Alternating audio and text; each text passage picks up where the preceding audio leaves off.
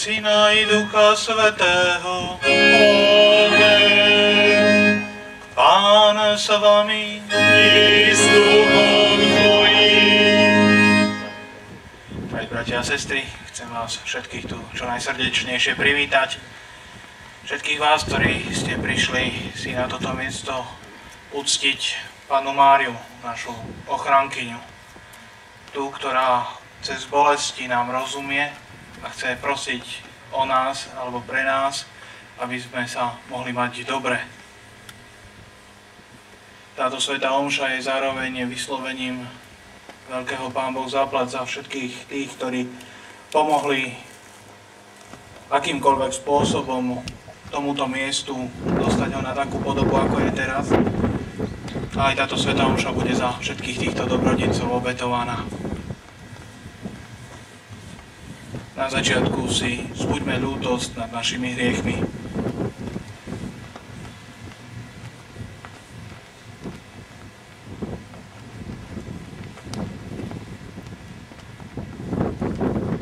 Vyznávam Všemohúcemu Bohu i vám, bratia a sestry, že som veľa svedčil myšlienkami, slovami, skutkami a zanedbávaním dobrého. Moja vina, moja preveľká vina. Preto prosím blahoslavenú Máriu vždy Pannu, všetkých anielov a svätých, i vás, bratia a sestry, modlite sa za mňa, Pánu Bohu nášmu. Nech sa zmiluje nad nami všemohúci Boh, nech nám hriechy odpustí a privedie nás do života večného. Amen.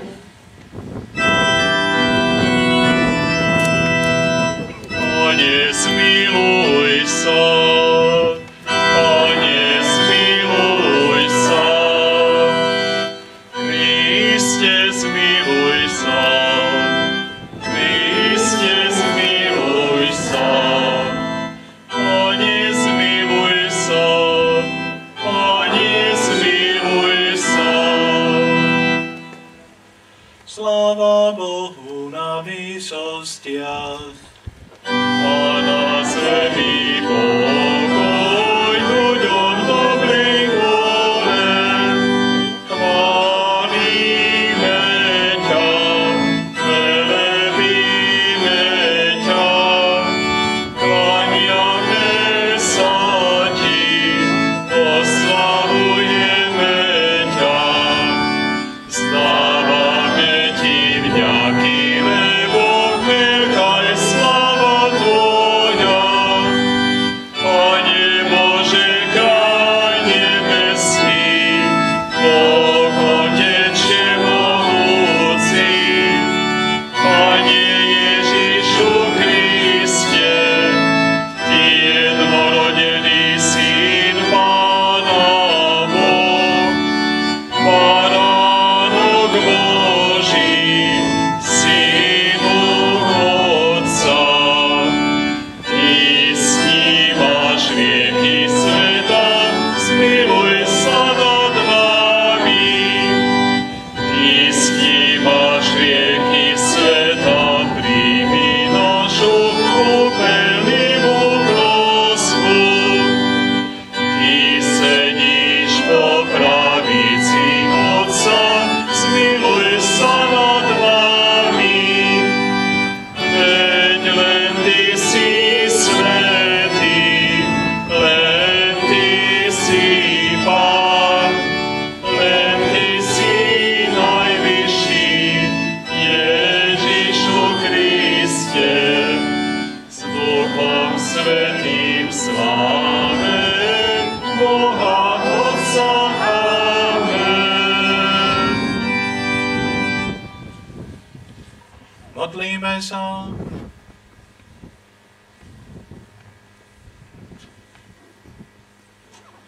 Všemohúci Bože, Ty si dal pre bolestnej Matke Márii silu, aby stála pri Tvojom ukrižovanom Synovi a spolu s ním trpela.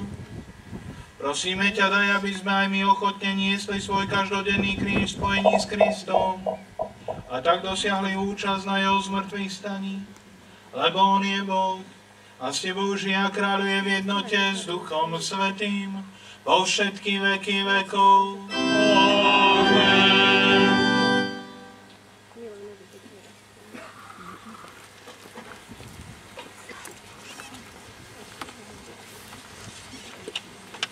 Na modlitbách spolu so ženami, s Ježišovou matkou Máriou a s jeho bratmi.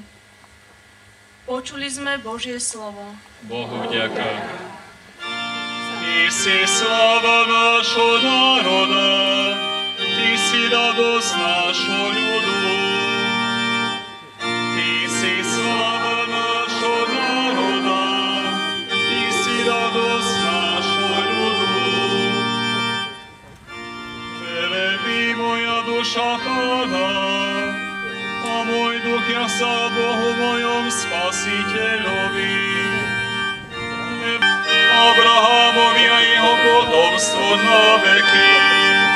Ty si sláva nášho národa, Ty si radosť nášho ľudu.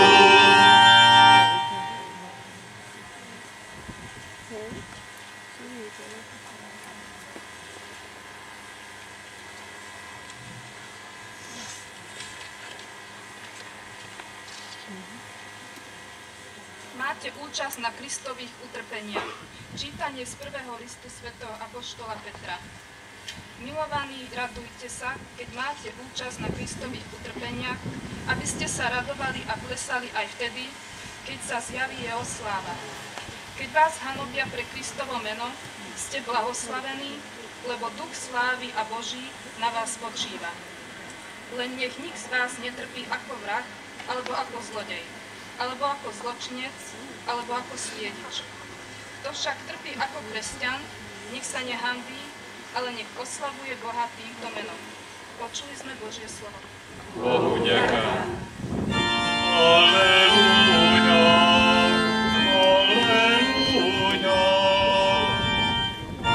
aleluja, aleluja, aleluja. Blahoslavená Panna Mária, Matka bolestná, Ty si Matka milosti, nádej sveta. Ty patrónka naša, vyslí svoje deti, ktoré volajú k Tebe. Aleluja, aleluja. Pán s vami.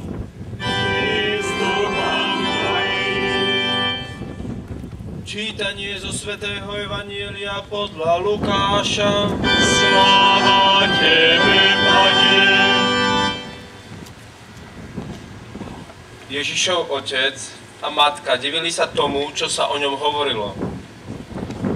Simeon ich požehnal a Márii, jeho matke, povedal: On je ustanovený na pád a na povstanie pre mnohých v Izraeli a na znamenie, ktorému budú odporovať.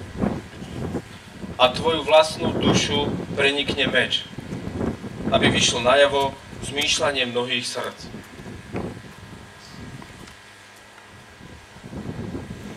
Počuli sme slovo Pánovo. Chvála Tebe, Kriste.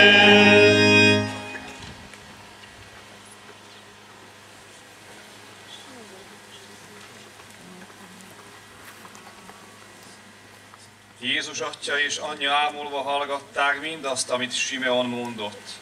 Simeon pedig megáldotta őket, és így szólt Máriához, Jézus anyjához: Lám, egy gyermek által sokan elbuknak és sokan feltámadnak Izraelben.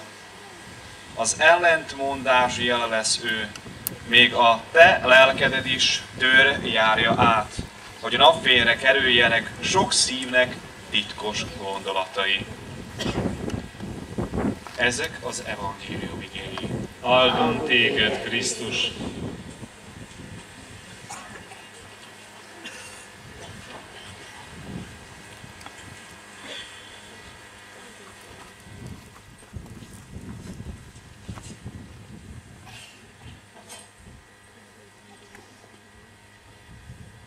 Drahí bratia a sestry,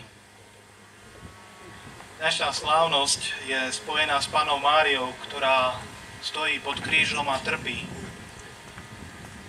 Dokonca už pri Ježišovom narodení, ako sme to počuli v Evanjeliu, upozorňujú Pannu Máriu na to, že jej srdce prenikne meč bolesti. To sa vyplňa práve, keď stojí pod krížom, alebo v momente, keď skladajú Ježišovo mŕtve telo z kríža a dávajú jej ho do lona. Je to moment, kedy prežíva obrovské utrpenie. My sa utiekame k tejto našej drahej matke práve preto, lebo aj ľudia, ktorí tu nás žijú, stále pociťujú vo svojich životoch nejaké ťažkosti, nejaké bolesti. A teda vyhľadávame našu matku, ktorá rozumie ľuďom, ktorí trpia. Dokonca ľudia, ktorí žili na týchto územiach, prosili Pannu Máriu, sedembolestnú, o to, aby ich uchránila pred rôznymi katastrofami a pohromami. A táto nebeská matka vždycky vedela týchto ľudí ochrániť.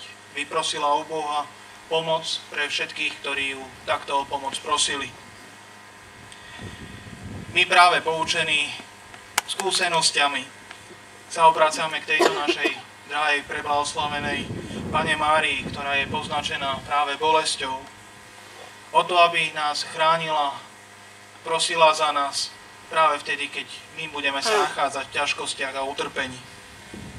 Skúsme preto v dnešný deň trošku uvažovať nad tým, ako sa dá prežívať bolesť a utrpenie. Ako ho máme správne prežiť po kresťansky. Utrpenie si človek nevyberá, prichádza v živote ako keby samo. Nikto ho nechce a predsa ho musíme nejakým spôsobom prekonávať, prechádzať cez ne. Či už sú to choroby, alebo naozaj nejaké nešťastia, ktoré nás môžu postihnúť. Pannu Máriu nachádzame vždycky ako tú, ktorá chcela verne plniť Božiu vôľu. Dôverovala Bohu natoľko, že sa nepýtala, že prečo ja musím toto a toto vytrpieť alebo prejsť takouto cestou. Ale sa pozerala na Boha ako na toho, ktorému verila, že sa o ňu postará. V každej jednej situácii, v každých jedných ťažkostiach, problémoch, bolestiach. Možno keby sme chceli ešte lepšie porozumieť, prečo sa dá utrpenie zniesť pre kresťana, alebo prečo ho dokázala zniesť Panna Mária, zvládnuť Panna Mária, mali by sme možno si všimnúť druhé evanjelium, práve to, ktoré hovorí o tom, ako stojí pod krížom, keď Kristus na nej umiera. Kristus, keď zomiera na kríži, mal veľký vzťah s Pannou Máriou. Dokonca podľa toho, ako vidíme, že kto tam pod tým krížom stojí, môžeme povedať, že tí, ktorí mali dobrý vzťah s Kristom, dokázali zniesť aj tie najťažšie skúšku, keď bol odsúdený na smrť na kríži a dokázali stať pod krížom. Z apoštolov to dokázal iba jeden. Svätý apoštol Ján, evanjelista. Iní apoštoli už toľko, môžeme tak povedať, viery nemali, taký dobrý vzťah s Kristom nemali, aby dokázali prekonať toto utrpenie. Panna Mária samozrejme, že pod krížom stojí, lebo jej vzťah, jej láska k svojmu synovi je tak silná, že sa nezastaví pri utrpení. A to myslím, že pramení taký recept na to, ako prekonať, ako kresťania, ako môžeme prekonávať naše starosti, problémy, utrpenia. Práve tým, že budeme sa snažiť o zväčšenie, o rozšírenie nášho vzťahu ku Kristovi. Vzťah ku Kristovi sa prejavuje predovšetkým láskou. Kristus nevie ináč k nám pristúpiť iba tým, že nás má rád. Že nám to dá pocítiť, prejaviť svoju lásku. Že sa o nás zaujíma. Že sa snaží nám dopriať všetko dobré. Takto isto my by sme mali odpovedať na jeho lásku. Tiež sa snažiť o to, aby sme prejavovali ľuďom okolo nás to dobro. Nenájdeme v evanjeliu miesto, kde by sa Kristus zachoval k nejakému človeku zle. A keďže nás evanjelium vyzýva, aby sme nasledovali a plnili slova Ježiša Krista, mali by sme práve toto sa usilovať uskutočňovať v našom živote. Skúsme byť dobrí k sebe navzájom. Toto je prejav lásky, toto je prejav lásky medzi nami, ale zároveň je to prejavom dôvery a viery našej v Ježiša Krista, v jeho slovo, že to chceme uskutočniť, že zákon lásky alebo princíp lásky má naozaj zmysel. Takto my budeme budovať lepší vzťah ku Kristovi. Viacej mu budeme rozumieť. Lepšie budeme chápať, čo od nás chce. Je možné, že dostaneme sa na úroveň, keď budeme podobne možno ako Panna Mária, nepýtať sa, že prečo, Pane, prečo ma postihol takýto kríž, ale skôr budeme hovoriť, Pane, daj mi silu dnes, lebo budeme veriť a dôverovať Kristovi až natoľko. Ešte možno jeden moment z dnešných čítaní. Obraciam pozornosť na prvé čítanie. Tam sme zase počuli, ako sa apoštoli po tom, čo Ježiš bol vzatý do neba, alebo teda vystúpil na nebesia, vracajú späť z Olivovej hory. Vracajú sa do večeradla, kde sa zhromaždia okolo Panny Márie, aby sa modlili. Toto je taká druhá odpoveď na to, ako môžeme prekonávať naše utrpenie, naše kríže. Vždy, keď sa naši predkovia modlili o pomoc im z neba prišla. Keď potrebujeme my niečo od Boha, mali by sme sa modliť. Mali by sme sa modliť spoločenstvo, lebo takto je opísané v dnešnom čítaní. Mali by sme prosiť cez Pannu Máriu, ktorá oroduje za nás. Mali by sme takisto prosiť cez svätú omšu, lebo to je práve ten moment, keď Kristus síce nekrvavým spôsobom opäť zomiera na kríži, alebo táto jeho smrť, táto jeho obeta sa sprítomňuje potom pri svätej omši, vtedy, keď ju slávime. Vtedy sme ako Panna Mária podobne pod krížom stojíme a mali by sme vtedy predniesť Bohu naše prosby. Modliť sa k Bohu znamená, že Boh nás môže vypočuť. Ak sa pýtame, že či sa to naozaj oplatí, alebo nie, na to je najlepšie riešenie. Začneme sa modliť, uvidíme, že Boh sa o nás postará. Jedine tak sa dá dokázať, že modlitba naozaj má zmysel. Takisto modlitba je prejavom toho, čo Panna Mária sa snažila uskutočniť v tej láske Krista k nám. Kristus na kríži dal Pannu Máriu nám za matku. A nás jej ju dal, nám dal Panne Márii a za jej deti. Práve vytváranie týchto vzťahov, dobrých väzieb, nie sú aj príkladom do našich každodenných životov, ale takisto je to pre nás taký prejav takého posilnenia, že Panna Mária vždy bude plniť túto svoju úlohu. Povzbudený práve láskou Krista k nám, ktorý zomiera na kríži. Povzbudený vytrvalosťou Panny Márie, ktorá pod krížom dôveruje Kristovi, aj keď prežíva obrovské múky bolesti. Účastný na svätej omši Kristovej obety. Skúsme teraz práve prosiť o to, aby sme vedeli po kresťansky znášať bolesti, ktoré k nám v živote prichádzajú. Vieru. Verím Boha, Otca všemohúceho, Stvoriteľa neba i zeme, i Ježiša Krista, jeho jediného Syna, nášho Pána, ktorý sa počal z Ducha Svätého, narodil sa z Márie Panny, trpel za hlady Poncia Piláta, bol ukrižovaný,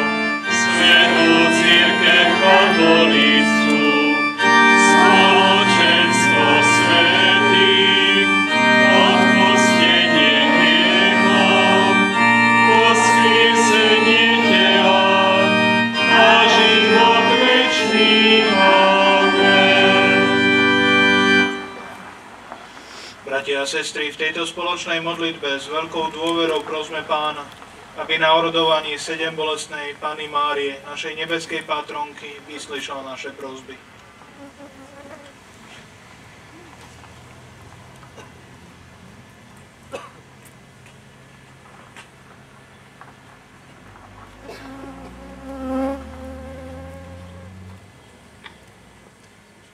Bože Otče, Ty si viedol náš ľud k osobitnej úcte voči bolestnej Panne.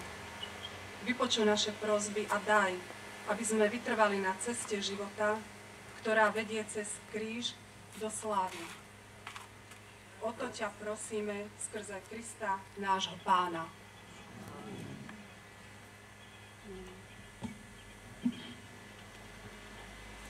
Bože, na orodovanie bolestnej Panny Márie, našej nebeskej matky a patrónky, udel nášmu ľudu pokoj a daruj mu spásu. Prosíme ťa, vyslíš nás.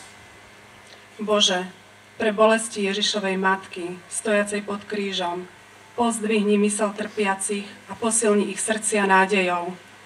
Prosíme ťa, vyslíš nás. Bože, pod ochranou 7 bolestnej zachovaj v slovenskom národe dedičstvo otcov Cyrila a Metoda. Prosíme ťa, vyslíš nás. Bože, na príhovor bolestnej matky zachovaj našu farnosť, naše spoločenstvo vo viere a láske. Prosíme ťa, vyslíš nás. Bože, prosíme ťa o zdravie 9-ročného dievčatka, ktoré trpí ochorením rakovinou. Prosíme ťa, vyslíš nás. Bože, prosíme ťa o požehnanie pre všetkých, ktorí pridali ruku k dielu a zúčastnili sa pri pomoci na stavbe našej kaplnky. Prosíme ťa, vyslíš nás.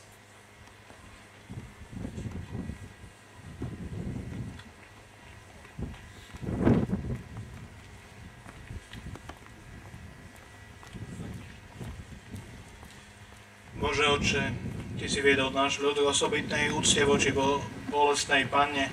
Vypočuj naše prosby a daj, aby sme vytrvali na ceste života, ktorá vedie cez kríž do slávy. O to ťa prosíme skrze Krista nášho Pána. Amen.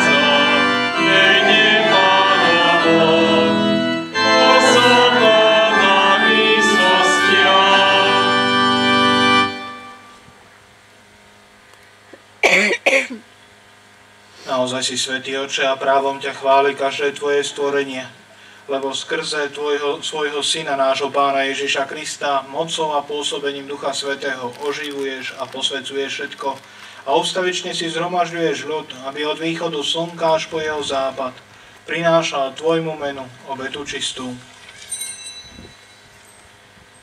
Preto ťa, Otče, pokorne prosíme, láskavo posväť svojim duchom tieto dary, ktoré sme ti priniesli na obetu, aby sa stali telom a krvou Ježiša Krista, tvojho Syna a nášho Pána, ktorý nám prikázal sláviť tieto tajomstvá. On v tú noc, keď bol zradený, vzal chlieb, vzdával ti vďaky a dobrorečil, lámal ho a dával svojim učeníkom hovoriac: Vezmite, jedzte z neho všetci. Toto je moje telo, ktoré sa